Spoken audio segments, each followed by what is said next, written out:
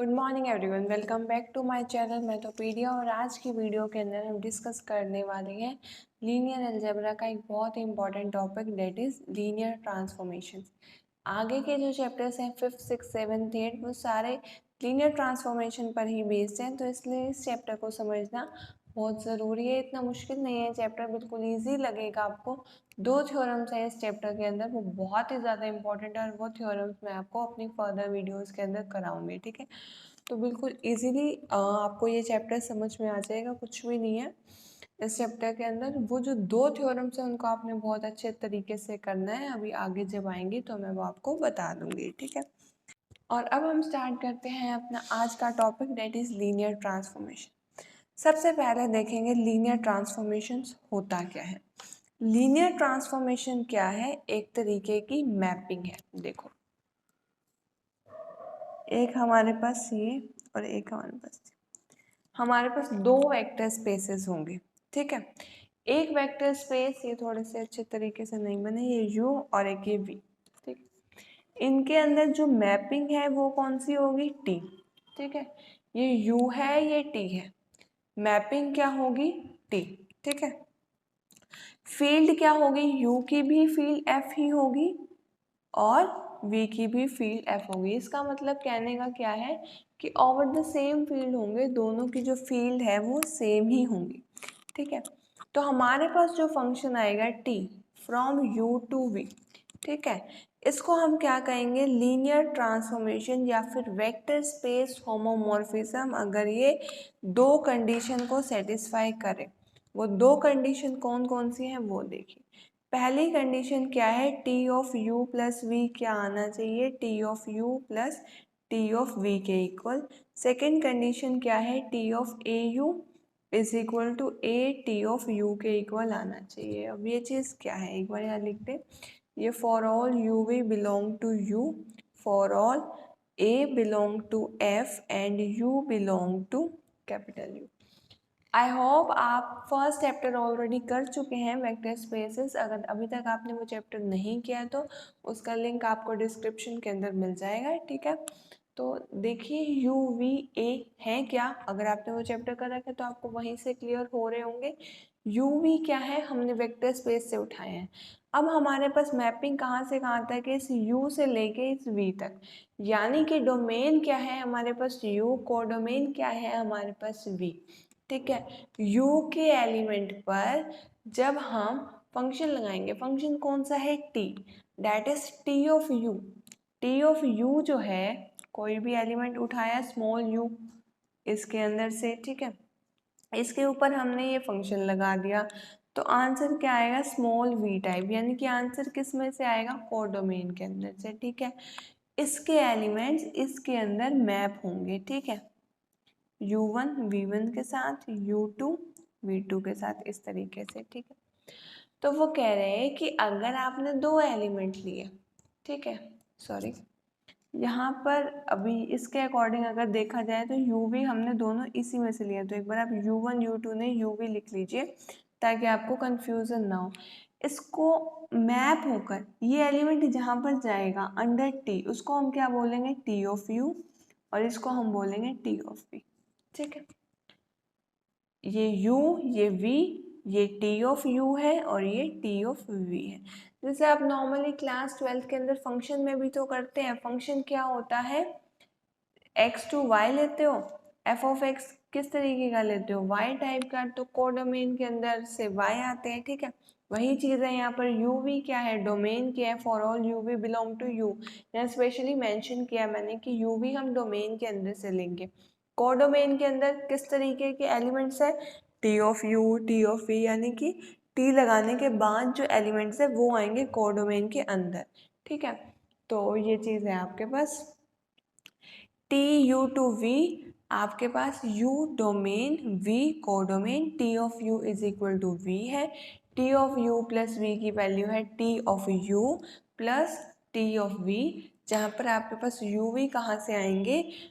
Domain के अंदर से। Of t of A you क्या है आपके पास? टी ऑफ ए यू की वैल्यू है आपके पास ए टी ऑफ यू, यानी कि ए अगर आपको स्केलर ले तो स्केलर कहाँ से लोगे? फील्ड के अंदर से, तो वो एज इट इज बाहर आ जाएगा और ये जो मैप है ये टी पर लग जाएगा, ठीक है। तो इस तरीके से है आपका। अभी आपको और क्लियर हो जाएगी ये डेफिनेशन। सबसे पहले हम इसकी फॉर्मल डेफिनेशन देखेंगे और उसके बाद जैसे जैसे इसको क्वेश्चंस के अंदर इम्प्लीमेंट करेंगे, जैसे ही जहाँ पर भी हमें चेक करना होगा कि ये लीनियर ट्रांसफॉर्मेशन बन रहा है या नहीं, वहाँ पर जस्ट हम इस प्रॉपर्टी को चेक करेंगे। अगर दोनों प्रॉपर्टी सेटिस्फाई हुई तो हम कहेंगे हाँ ये लीनियर ट्रांसफॉर्मेशन है, और अगर ये प्रॉपर्टी हमारे पास सेटिस्फाई नहीं हुई तो हम कहेंगे no it is not a linear transformation, ठीक है। सबसे पहले हम देखेंगे अब इसकी फॉर्मल डेफिनेशन हमारे पास क्या है। Let u and v be two vector spaces over the same field f, then a map that is function from u to v, ठीक है। डोमेन क्या होगी u, कोडोमेन क्या होगी v, दोनों ही वेक्टर स्पेसेस होंगे, vector space over the same field that is f। Field same होनी ज़रूरी है, बार बार मैं ये आपको बात कह रही हूँ, फील्ड सेम होनी चाहिए। आगे क्वेश्चंस के अंदर यही चीज़ कॉन्ट्राडिक्ट होगी।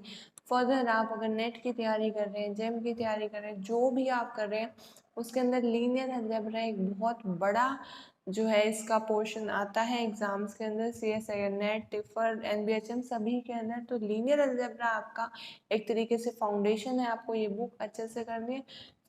बार बार मैं आपको ये बात बताती हूँ, 5th-6th सेमेस्टर की जो आपकी बुक्स थी जीवन सेंस वाली, 3 बुक, ये आपकी इम्पोर्टेंट है आगे के लिए, इसीलिए ये फाइनल सेमेस्टर में ऐड की हुई है, सो डैट आपको ये अब तक तो मतलब आपने अच्छे से की है, बुक्स नहीं की, बट फाइनल ईयर अगर आप बहुत अच्छे से ध्यान से कर रहे हो तो आपकी जो CSIR नेट है या फिर जो IIT जेम है उसका एक तरीके से बेस बन रहा है, ठीक है, आपका इस साल में। तो वही कहा हुआ u और v हम क्या लेंगे, vector spaces over the same field f। तो हमारे पास जो मैप है t from u to v is called linear transformation और वेक्टर स्पेस होमोमॉर्फिज्म इफ ये दो कंडीशंस हैं, ये दो कंडीशंस वही हैं जो ऊपर हमने डिस्कस किए हैं, that is t of u plus v is equal to t of u plus t of v for all u v belong to u, and t of au is equal to a into t of u for all a belong to f and u belong to capital U, ठीक है। तो ये है हमारे पास vector space, homomorphism और linear transformation की define, ठीक है। लीनियर ट्रांसफॉर्मेशन कहिए, वेक्टर स्पेस, होमोमॉर्फिज्म कहिए, बात आपके पास एक ही है। बात का क्या ध्यान रखना है आपको कि फील्ड जो है सेम होंगे, ठीक है। आगे क्वेश्चंस में आपको पता भी लग जाएगा कैसे हमने इन दो प्रॉपर्टीज को सेटिस्फाई करके दिखाना है। अब देखो यहाँ पर एक चीज ध्यान देने वाली क्या है, यहाँ पर हमने क्या लिया है, t को u से लेकर v तक, ठीक है। अगर आपके डोमेन और कोडोमेन दोनों सेम हो जाए, डेट इज ये मैपिंग आपकी कहाँ से कहाँ चली जाए, u से u पर, that is u to u, domain codomain दोनों आपस में सेम हो जाए तो ये क्या कहलाएंगी, लीनियर ऑपरेटर, ठीक है। अभी क्या है, लीनियर ट्रांसफॉर्मेशन, और अगर डोमेन कोडोमेन के इक्वल आ जाए तो ये बन जाएगा लीनियर ऑपरेटर, ठीक है। लीनियर ट्रांसफॉर्मेशन के अभी तक हमने दो नाम देखे, एक तो लीनियर ट्रांसफॉर्मेशन खुद और एक वेक्टर स्पेस होमोमॉर्फिज्म। इसके दो नाम और भी हैं, एक तो लीनियर मैपिंग और एक लीनियर फंक्शन, ठीक है। लीनियर मैपिंग और लीनियर फंक्शन, ये चीज़ें ना क्वेश्चन में ही कई बार आ जाती हैं कि प्रूफ करके दिखाओ ये लीनियर मैपिंग है या नहीं है। आपको क्वेश्चन आते हुए भी आप छोड़ आते हो कि इसलिए कि आपको पता ही नहीं होता लीनियर मैपिंग होता क्या है, अरे वो लीनियर ट्रांसफॉर्मेशन ही है। तो कहीं पर भी आपको क्वेश्चन में आ जाए इसको वेक्टर स्पेस होमोमॉर्फिज्म प्रूफ करना है, या इसको लीनियर फंक्शन प्रूफ करना है, या इसको लीनियर मैपिंग प्रूफ करना है, या इसको लीनियर ट्रांसफॉर्मेशन प्रूफ करना है, सभी का मतलब एक ही है। तो कंफ्यूज होने की ज़रूरत नहीं है, फील्ड सेम होनी चाहिए, इस बात का ध्यान रखना है आपको। सेकेंडली u और v जो वेक्टर स्पेसेस हैं उसका ध्यान रखना है। अगर डोमेन कोडोमेन सेम है तो लीनियर ऑपरेटर है, और अगर क्वेश्चन के अंदर आपके पास डोमेन कोडोमेन सेम है तो कई बार ऐसे भी आ सकता है कि आपको प्रूफ करना है कि लीनियर ऑपरेटर है या नहीं है, उसमें जस्ट आपको लीनियर ट्रांसफॉर्मेशन ही प्रूफ करनी है, बस फर्क क्या होगा उसके अंदर डोमेन कोडोमेन सेम होंगी, ठीक है। अब आपके पास नेक्स्ट क्या आती है, नेक्स्ट डेफिनेशन है आपकी आइडेंटिटी ट्रांसफॉर्मेशन की। आइडेंटिटी ट्रांसफॉर्मेशन क्या है, जैसे आपके पास मान लो डोमेन के अंदर एलिमेंट किस तरीके के 1 2 3 4 ये कुछ भी है u1 u2, ठीक है। आपने टी ऑफ u1 निकाला तो u1 निकल रहा है, टी ऑफ v1 निकाला तो v1 निकल रहा है, टी ऑफ u2 का आंसर देखा तो u2 आ रहा है, टी ऑफ v2 का आंसर देखा तो v2 आ रहा है। इसका मतलब क्या है कि आप जो एलिमेंट डाल रहे हो उस मैपिंग के अंदर वही आंसर आ रहा है, यानी कि एज इट इज अगर आंसर निकल रहा हो तो हम उस ट्रांसफॉर्मेशन को क्या कहेंगे, आइडेंटिटी ट्रांसफॉर्मेशन।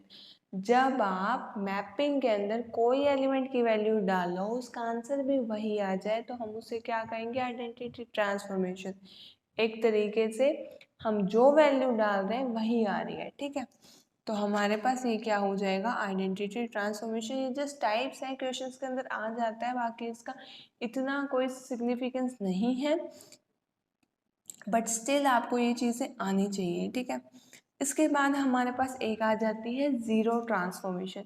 देखो ज़ीरो ट्रांसफॉर्मेशन के अंदर क्या होता है, हर एलिमेंट की इमेज ही क्या आएगी, ज़ीरो, ठीक है। मान लो आपके पास टी u2v है या u2u है, जिस तरीके से भी है, ठीक है। अगर डोमेन का हर एलिमेंट पुट करने के बाद आपके पास आंसर ज़ीरो आ रहा है, यानी कि आप डोमेन में से कुछ भी एलिमेंट पुट करो उसकी इमेज निकालो तो आपके पास अगर ज़ीरो आंसर आ रहा है तो इसका मतलब वो मैपिंग कैसी है, zero mapping, zero transformation. Zero mapping नहीं कहेंगे क्योंकि नॉर्मली हम इसको मैपिंग वर्ड है, ठीक है, लेकिन जो आपको क्वेश्चंस के अंदर दिखेगा वो ट्रांसफॉर्मेशन वर्ड ही दिखेगा, क्योंकि मैपिंग तो आप देखो ऑलरेडी पढ़ के आ चुके हो, ठीक है। मतलब इसका वही मैपिंग वाला है, बट हाँ अब आप बीएससी में हो चुके हो तो आपको कुछ नया सीखने को मिलना चाहिए, इसलिए ट्रांसफॉर्मेशन वर्ड का यूज़ किया जाएगा। वेक्टर स्पेस के अंदर ट्रांसफॉर्मेशन वर्ड जो है ज़्यादा पॉपुलर है इन कंपेरिजन टू मैपिंग, ठीक है। मैपिंग हम सेट्स के लिए करते थे जब आपके पास डोमेन कोडोमेन दोनों सेट दिए होते थे। अभी फिलहाल आपके पास डोमेन और कोडोमेन वेक्टर स्पेसेस हैं, ठीक है। तो आपके पास ये u2u क्या है, u2v भी हो सकता है, कुछ भी हो सकता है, बट कंडीशन क्या है, डोमेन का कोई भी एलिमेंट आप पुट करो तो आपके पास कोडोमेन का ज़ीरो आना चाहिए, यानी कि हर एलिमेंट ज़ीरो पर मैप हो, ठीक है। जैसे अगर मैं आपको यहाँ पर दिखाऊं, कोई भी आपके पास एलिमेंट है, सारे के सारे आपके पास मैप कहाँ पर हो रहे हैं, इस ज़ीरो के ऊपर, तो ये क्या कहलाएगी, ज़ीरो ट्रांसफॉर्मेशन, ठीक है। तो ये था आपका ज़ीरो ट्रांसफॉर्मेशन का कंसेप्ट, छोटी सी डेफिनेशन थी। और अगर हमारे पास जो यही जो मैपिंग है वो u2f है, ठीक है, वो अगर आपके पास ये जो मैपिंग है ये u2f है, f क्या है, फील्ड, ठीक है। डोमेन का आप कोई भी एलिमेंट डाल रहे हो और जो उसका आंसर निकल के आ रहा है वो फील्ड में से आ रहा है। अगर आप डोमेन का कोई एलिमेंट डालो और आंसर हमारे पास फील्ड के अंदर से आ जाए तो हम इसको क्या कहते हैं, लीनियर फंक्शनल, ठीक है। आपको एकदम से ये डेफिनेशन ज़्यादा लग रही होंगी, बट हाँ ईजी है बिल्कुल। ये चीज़ें आपने ग्रुप थ्योरी के अंदर चैप्टर 3 में भी किया था, थोड़ा थोड़ा तो रिलेटेड है। उसमें भी अगर इमेज सेम आ जाए, इमेज अलग आ जाए, इमेज ज़ीरो पे मैप हो जाए, यही सब कुछ किया था।